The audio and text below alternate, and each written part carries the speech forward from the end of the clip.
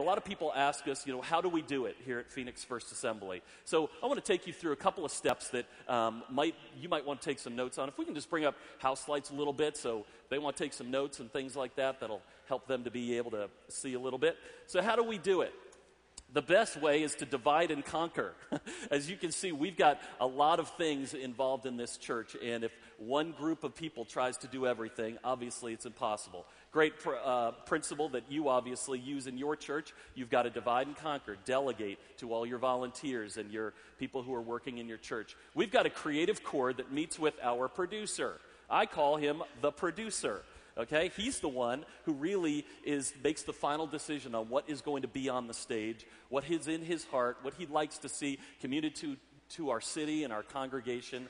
And so we meet with the producer. It's our music producer, Tim Rahman, our tech director, Tommy Robertson, and the lighting director, the media manager, Siobhan Close, and all of the people are up in video, and our drama directors, myself and Josh Yates. We all start getting together, and we go through kind of phase one of what we call brainstorming sessions. And during these brainstorming sessions, first question we want to go is, what does God want to say through this? What do we want and hope that God would speak to our people about? And what is the biblical roadmap that we kind of want to follow? Are we trying to follow some points and principles that are laid out in Scripture? And the one thing that we always try to remember is there's nothing new under the sun. Every idea, creative idea, is repackaged from something else. So don't feel like you have to be this wellspring of original creativity in order to pull stuff off. There's plenty of ideas out there that you can pull from, mix them, mash them all together, and come up with ideas for your program. And all ideas at this phase are a good idea. So we kind of throw everything out there and we go, all right, let's consider this and see what sticks. And then we kind of finalize a concept of where we want to go. So for instance, the bucket list tonight, eventually we decided on, hey, let's put on a musical. It's pretty ambitious, but we decided to go for it. And then we come up with a rough outline of the creative elements that are going to be involved, whether it's drama or dance or music, special effects, and things like that. Okay? So the next phase is the creative development phase. This is how are we going to engage the senses of the people? We want some wow factor things in there, and we want some very touching things that people can engage with, possibly the music or the dramas that we do. And each department then develops their own material. So like I said, divide and conquer. So the music department's doing their things. The drama department's doing their things. The dance group's doing their things. The special effects and aerials are doing their video. Everybody's kind of working in their own departments on how that's going to go. And then we move on to the next phase, which is finalize the creative elements. So then we got a final outline, okay? This is basically about a 4-week process that we take from concept to completion.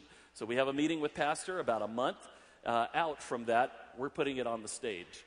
The scripts are then written, edited, and rewritten. If you take my script writing session at all, you'll recognize that there's no good writing, only rewriting and editing, and editing, and editing, and editing, and rewriting.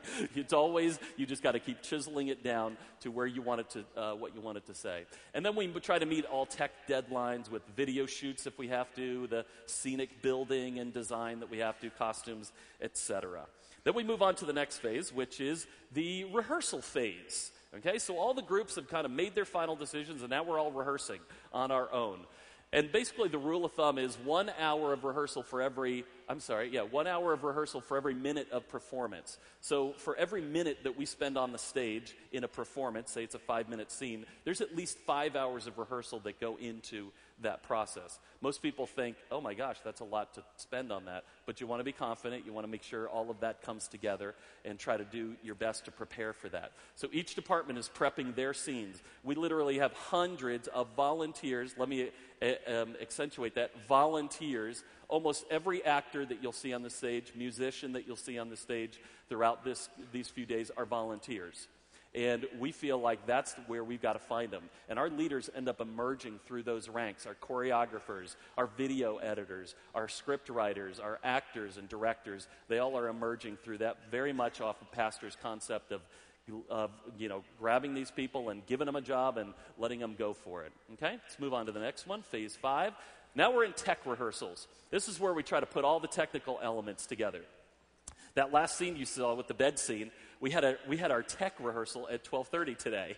So we literally had to put all those elements because people are at school and work, and they got to all kind of be here. So we tried to do that tech rehearsal as best we could and get that together. So the tech rehearsals where you put all the things together. We have technical scripts and all the cues that we need to for that.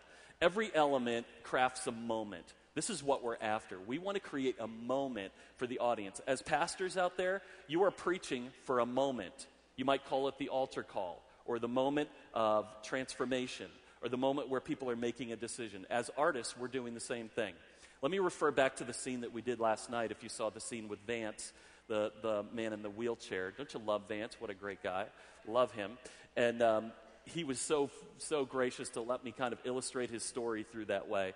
And but as a writer and an artist, I wanted to bring the audience to one moment. And that was when my character kneeled down and wiped off his drool with the Kleenex. That was the moment I was shooting for. So the 7 minutes leading up to that, we went up and down and around, we laughed, we cried, all of that was a moment where my character went through transformation. And I made a decision that I was going to see him in a different light. And hopefully, as audience, you had a moment there as well. You might have had a lump in your throat. You might have had a tear in your eye. You might have thought, I'm scared of handicapped people too.